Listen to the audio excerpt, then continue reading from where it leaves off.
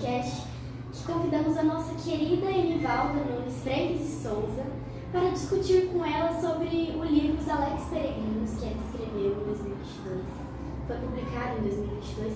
Então, muito bom dia, Enivalda. Você seja muito bem-vinda aqui, certo? Nós adoramos a sua presença por tê-la aqui hoje. Muito obrigada a vocês, Marina, João Lucas e aos demais componentes desse trabalho.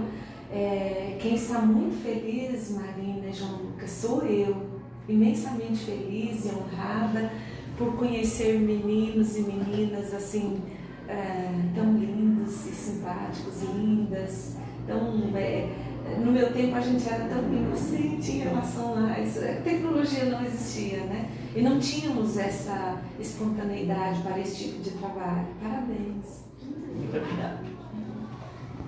Nós gostaríamos de fazer algumas perguntas, tanto sobre a sua carreira, como foi a sua trajetória dessa mudança de professora para escritora, né? A gente queria discutir um pouco sobre o livro Os Alex Peregrinos e discutir com você um pouco de como foi a sua vida durante esses anos. João, você pode começar com o livro, por favor? Como foi a sua trajetória de professora para escritora? Pergunta muito boa.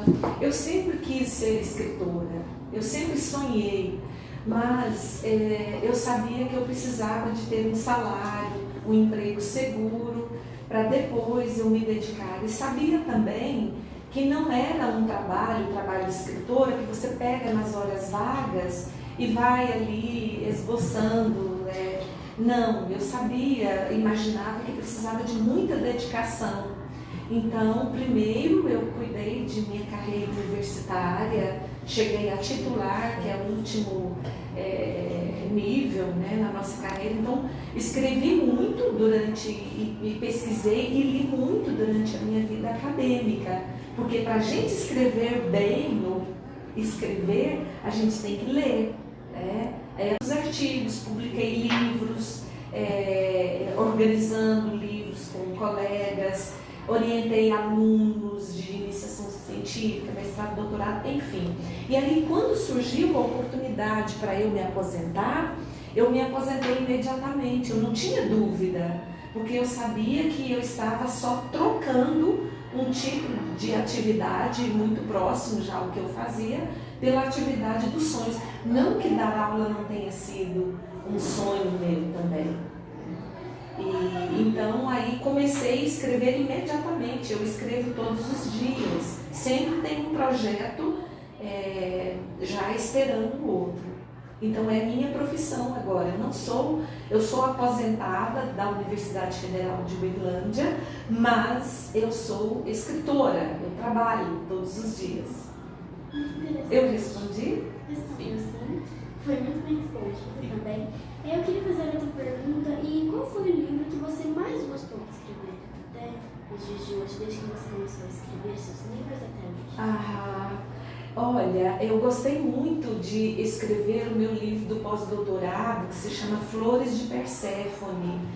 É um livro que trata, né, da poesia de uma poeta paulista, e Perséfone é uma personagem muito intrigante da literatura, da mitologia. É aquela que foi raptada pelo Hades, o Senhor dos Infernos, e ela foi obrigada, né, depois de muita negociação, ela passa, vamos colocar assim, 6 meses lá nos mundos ínferos, que para os gregos não é inferno, que a gente chama de inferno, mas um mundo subterrâneo das trevas, e depois ela ressurge para trazer a primavera. Então era também uma forma que os gregos tinham para explicar como é que tudo seca, porque a neve, né, o frio, tira as flores das árvores, as árvores secam, e de repente tudo revigora. Então só podia ser uma deusa responsável por isso. Então eles criaram essa história. E eu analiso poemas da minha poeta preferida, Dora Ferreira da Silva, que tratam poemas que tratam desse mito e de outros mitos também. O livro se chama Flores de Perséfone. Eu gostei muito desse. E antes, é interessante, quando a gente... Eu não tenho nenhum livro livro, Marina, que eu possa dizer, eu me envergonho desse livro, eu queria esconder esse livro para que ninguém lesse. Não, eu tenho gostado, e não é falta de modéstia, não, é porque quando você escreve, primeiro você tem a experiência, né? Você é o primeiro leitor do seu trabalho, e então, por exemplo, quando eu estava escrevendo o livro Terra Traçados, eu não trouxe aqui, mas que é da família, de memória de família, eu me emocionei muito, porque envolveu primos, irmãos, avós, tios que já estão com 90 anos, outros mais de 90 anos. Então a memória deles todas veio. Então escrever é muito cura, é sofrido porque você sofre para escrever, mas também dá muita alegria de revisitar essas coisas que estão no nosso coração, no nosso passado, e que às vezes foram doídas até, né? Então eu gostei muito, muito de escrever Terra, Traçados e Livros nas Vozes da Memória. E imediatamente veio este, que também me dá muita alegria, porque os Alegres Peregrinos me dá, eu releio, porque tudo que a gente escreve tem um pouquinho da gente e depois tem imaginação. Então um pouquinho da gente, ele tem que ser um pouco de todo mundo, para que uma criança que nasceu, que hoje já tem quase 100 anos, tenha também uma identificação como uma criança de hoje, e se for devidamente contextualizada. Sim, sim. Eu achei muito legal, né? Parece que esse livro realmente é muito bom, que esse livro realmente traga muita alegria, tanto os Alegres Peregrinos quanto Terra, Traçados e Livros. Terra, Traçados e Livros. Nas Vozes da Deve ser um Memória. livro realmente muito bom, como você escreveu ali. E o João Vitor gostaria de fazer outra pergunta. Sim. Qual a sua primeira experiência na literatura? Como leitora ou como escritora? Com tudo. Eu acho que foi até por meio do cinema, do filme. Eu assisti aquele filme E o Vento Levou, que acho que vocês nem conhecem, mas sua bisavó, ela vai, né? Minha avó, né? Elas vão saber, um livro muito bonito. E fui atrás, né? De onde que tinha vindo aquela história. E aí eu descobri, né, o nome da escritora. Naquela época não tinha internet ainda, e consegui ver como é que ela tinha escrito a obra. E então, assim, acho que a primeira experiência marcante foi essa vontade de escrever histórias. E também foi por meio dos livros didáticos, a poesia de Cecília Meirelles. Vocês já leram aqui Cecília Meirelles? Sabe aquele poema As Meninas? São Maria abria a cortina, Clarabella a janela.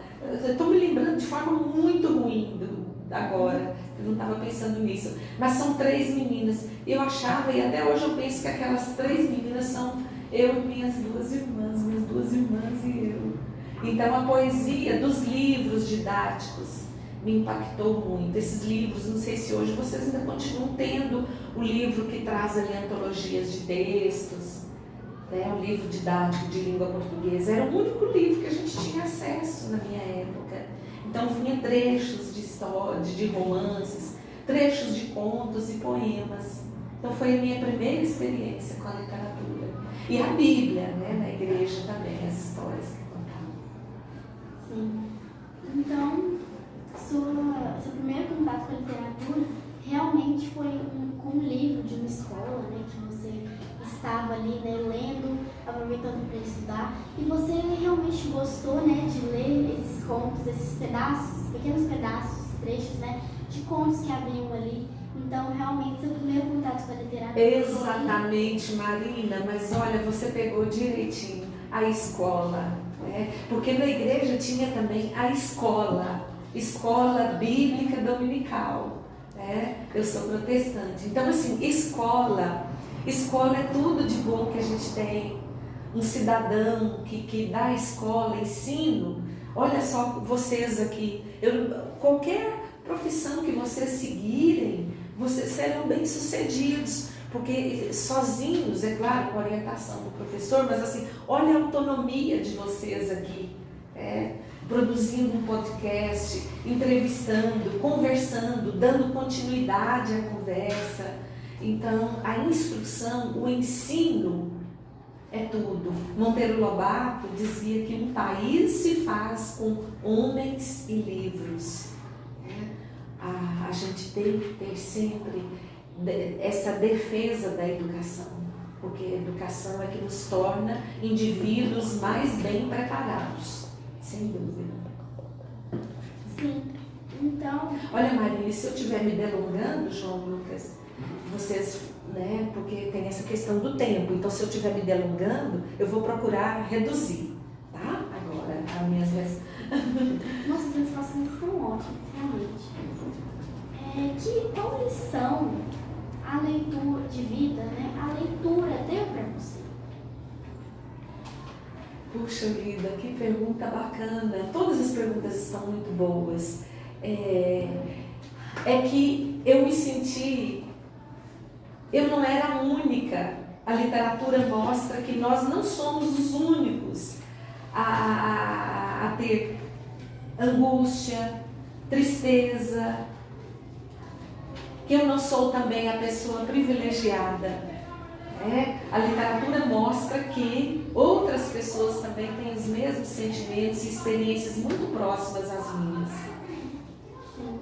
Então, o João Lucas vai te fazer outra pergunta. E seu contato com a literatura parece que foi realmente muito forte para você querer seguir essa carreira, ser uma escritora, de escrever as suas próprias histórias. Marina, por muito tempo eu acalentei essa ideia em silêncio, mas sabendo que eu tinha que fazer outra coisa primeiro. Eu sou muito pragmática, muito cartesiana, né? Assim, não tem que ser isso aqui para dar certo, depois eu vou fazer isso. Eu olhava, eu ainda era estudante de letras, eu olhava assim no jornal, concurso de contos, sem nunca ter escrito um. Então eu nunca perdi de vista essa questão de um dia tornar-me escritora. Então, é isso, muito forte mesmo. Qual o sentimento que você sente quando você está criando um livro, quando você está escrevendo? João Lucas, a primeira coisa é de responsabilidade. Responsabilidade, porque eu vou entregar um produto, né, para um leitor que eu não sei quais são as exigências dele, por isso que eu tenho que sempre fazer o melhor. Então dá um certo medo quando começa a escrever. Verdade. E o sentimento de responsabilidade é uma coisa que você fica se cobrando para tentar fazer algo muito bom. Exatamente. Então a gente escreve, reescreve e deixa lá um pouco. E quantas vezes à noite eu pensei, nossa, aquela frase ela poderia ficar melhor se eu invertesse. É de responsabilidade, é muito trabalho.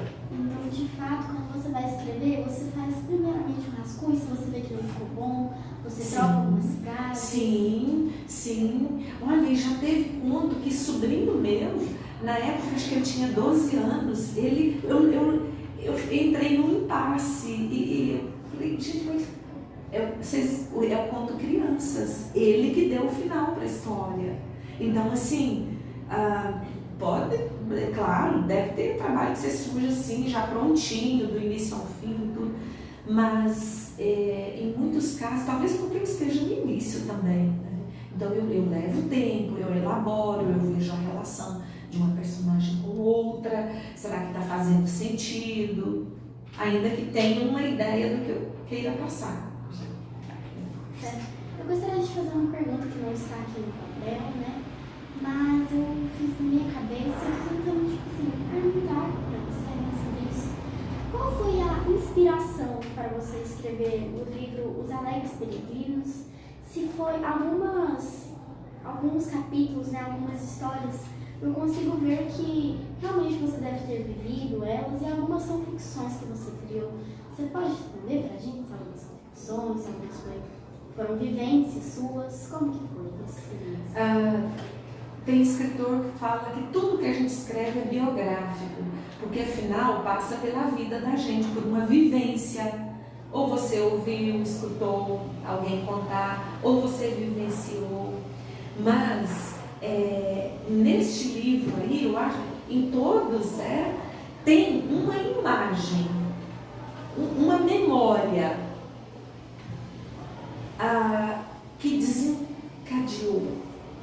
Por exemplo, o primeiro ponto, acho que é o primeiro, caminho. Que são duas crianças que estão indo levar comida na roça, a gente chama de roça, lavoura, o pai está trabalhando na lavoura, e elas se perdem. Então, um dia, a minha irmã e eu fomos levar comida para o meu pai e nos perdemos num milharal. Isso está aqui.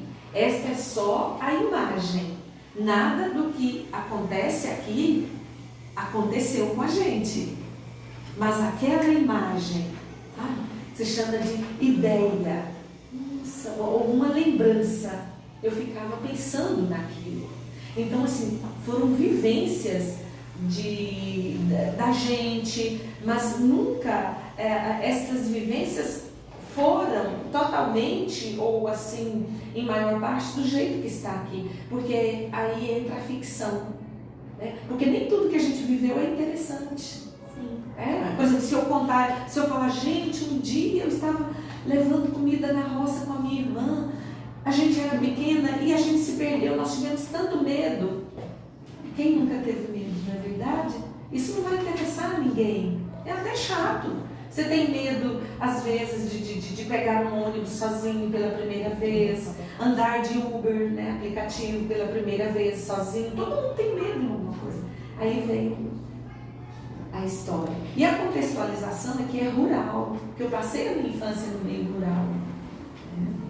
Então essa é o que tem, é tudo, né? Então, e não é nada ao mesmo tempo.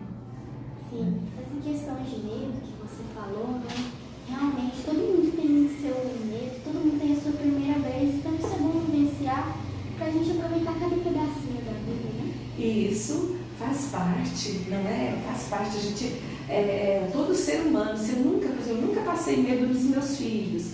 No entanto, eles tinham medo do escuro, né? Não é? A gente não sente quando às vezes, porque está dentro do nosso inconsciente, da nossa imaginação, né? Então, o medo é muito forte. Tem um grande cineasta chamado Alfred Hitchcock, que vocês já ouviram falar? Mestre do suspense, uma coisa pavorosa. Quando ele era pequeno, ele conta que o pai dele o mandou à delegacia com um bilhete. E ele chegou lá e entregou esse bilhete que o pai escreveu para o delegado. E o delegado deixou preso de uma noite, passar uma noite na cadeia.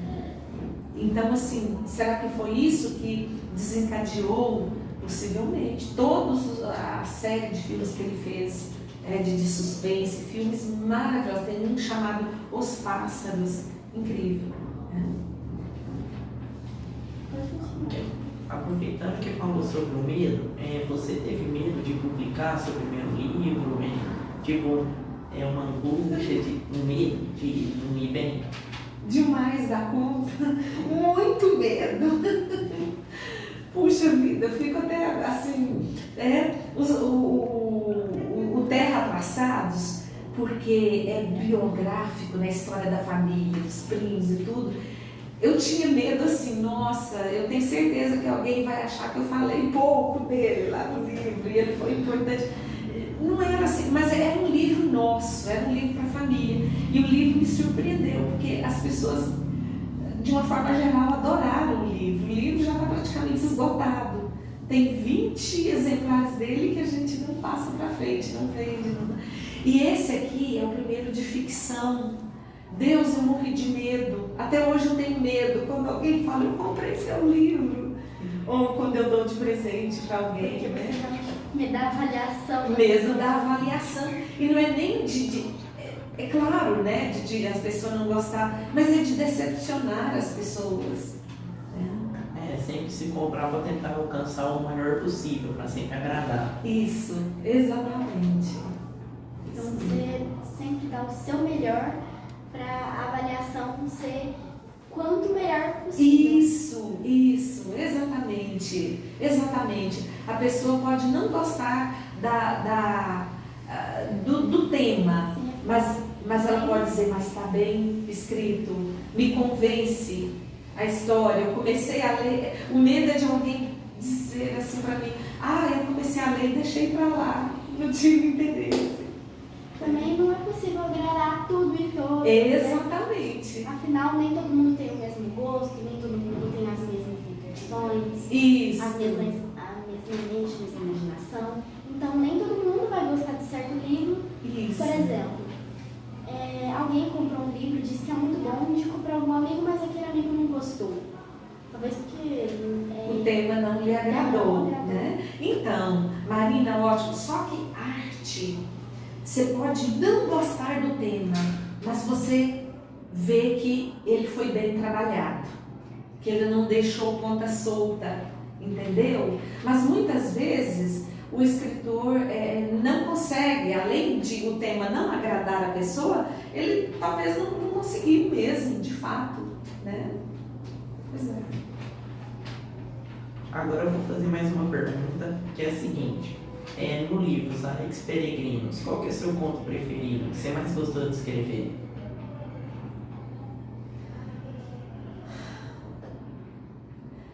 João Lucas, a gente vai criando uma intimidade, mas que eu choro é esse último, Viagem a Citera. Citera era a ilha em que Vênus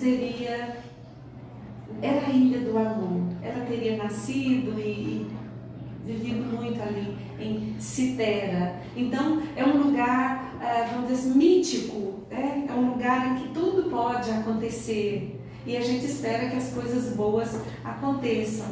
E aqui eu gosto porque tem muita passagem do tempo, né? Todos crescem depois daquela viagem que foi mágica e não localizam mais o lugar em que a viagem ocorreu, tem um trauma lá no final da história e o tempo passa e as coisas vão se perdendo. Então, talvez pela minha idade, isso sempre me comove, a passagem do tempo, porque eu sinto que a gente vai envelhecendo e vai perdendo o riso, perdendo a graça. E também o Sapatinho dos Andes, eu choro às vezes, porque eu conto aqui que eu ouvia contar essa história, são duas histórias que se cruzam, lá dos Andes e agora, né, assim, ali no meio rural, e histórias de perdas. Então, João Lucas, para dizer qual é a minha predileta, na verdade, eu acho que eu gosto de todas.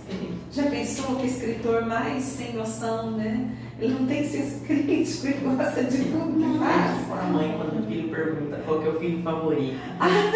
Que legal! Isso! Não, tudo bem, porque às vezes tem coisas que a gente realmente não consegue decidir. Por exemplo, você tem que fazer alguma escolha muito difícil para você, que você tem dois lados, mas os dois parecem realmente bons, os dois parecem que não tem nenhum ponto mais ruim do que o outro. Então realmente não tem problema, porque cada um tem, alguma vez na vida, vai ter uma escolha que ele não vai conseguir distinguir qual vai ser a melhor. Exato, você falou de filhos e você falou dessa escolha. Tem um filme, vocês nem tinham nascido ainda, talvez nem sua mãe, a mãe de vocês, que se chama A Escolha de Sofia. É um filme muito triste, você pensa que ela vai ter que escolher entre dois namorados quando você está vendo o filme. Na verdade, ela era uma sobrevivente dos campos de concentração e tem um momento que ela tem que escolher qual filho ela vai entregar para os nazistas. Então é um filme assim, quando vocês ficarem maiores, não vejam agora não, é de muita tristeza. Quando vocês estiverem grandes, Aí vocês até podem ver, mas eu acho que agora é triste demais para meninos assim tão lindos como vocês. A tristeza vem de outra forma, não de um filme assim, eu penso, não deve vir. Tem alguns filmes sobre a questão de, como você disse, de campo de concentração, né? Dessa questão que realmente o final sempre, geralmente é muito triste, né? Tem muitas mortes e muitas pessoas que realmente ficam com graves ferimentos, ficam com grandes traumas na vida. Então isso é realmente muito triste. E saber que até hoje em dia existe gente com esse tipo de trauma, não que eles tenham vivido, né, nessa Sim. época, porque muito provavelmente ainda não existem pessoas que existem mas realmente é muito triste ver pessoas que têm traumas fortes. Isso. Às vezes, mas isso. Problemas grandes. Traumas, no caso, que herdaram dos avós, né? Depois herdaram dos pais, porque há cicatrizes que perduram por muitos anos, né? E a gente, a criança, a gente tem também aquelas decepções de criança, mas não são traumas assim.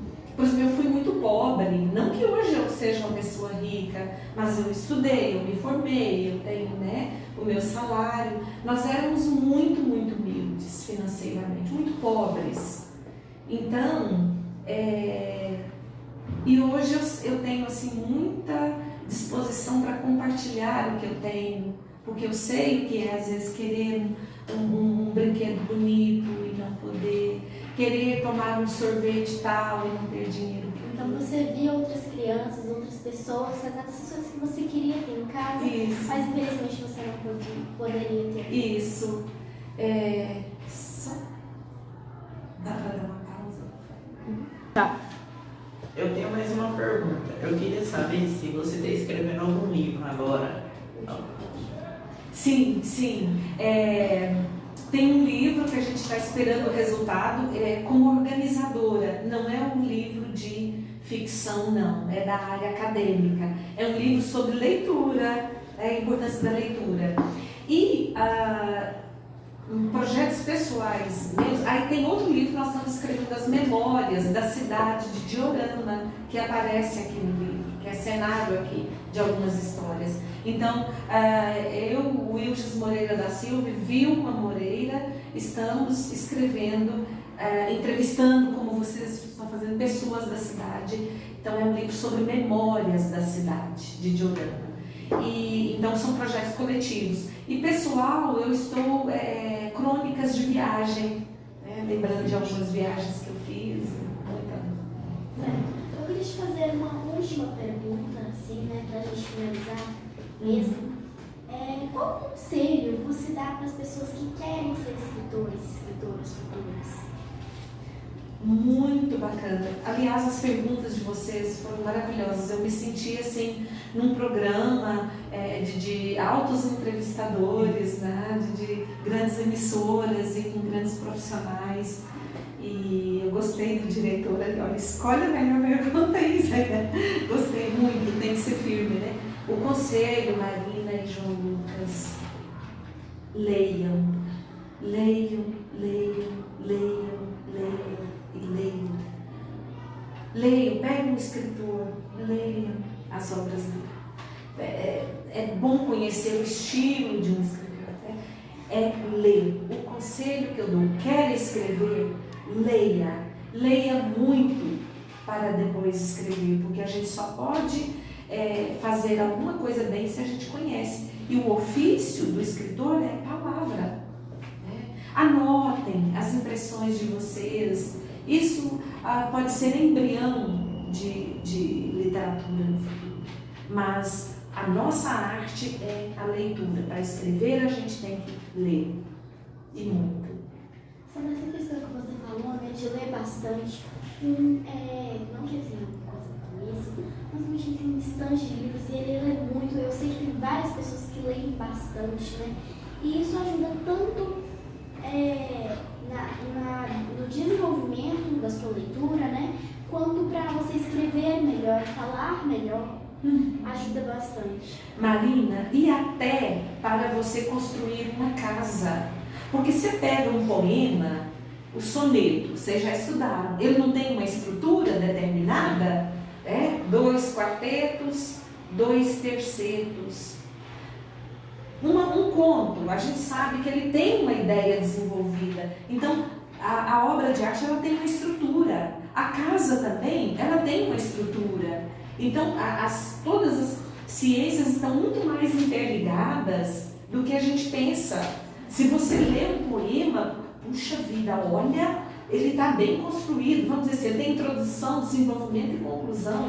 A história tem, ainda que o fim seja indefinido, né? Então é isso. Ele abre nosso conhecimento para várias áreas. Isso mesmo. Sim. Então, gente, é isso. Esse foi o nosso podcast. Adoramos ter a Enivalda. Eni mesmo, tá ótimo. Aqui com a gente. A gente agradece muito, tá? Então interajam. Eu queria pedir para vocês deixar um like, se inscrever para ajudar nós aqui, que esse podcast foi muito legal, poder fazer várias perguntas para a Enivalda, essa incrível escritora. É isso, muito obrigado. E eu agradeço imensamente ao convite da professora Célia, agradeço o acolhimento que a escola está me dando e assim estou simplesmente encantada, pasma com a qualidade, com o nível do trabalho aqui, a começar da direção e dos diretores e de Marina e João Lucas. São muito bem preparados, fizeram perguntas interessantíssimas que nunca tinham me feito. Muito obrigada. Espero, caro ouvinte, que vocês, caros ouvintes, que vocês gostem. E qualquer coisa, estou à disposição, estou nas redes sociais aí, Instagram, Facebook. Adoraria receber um comentário de vocês. É isso.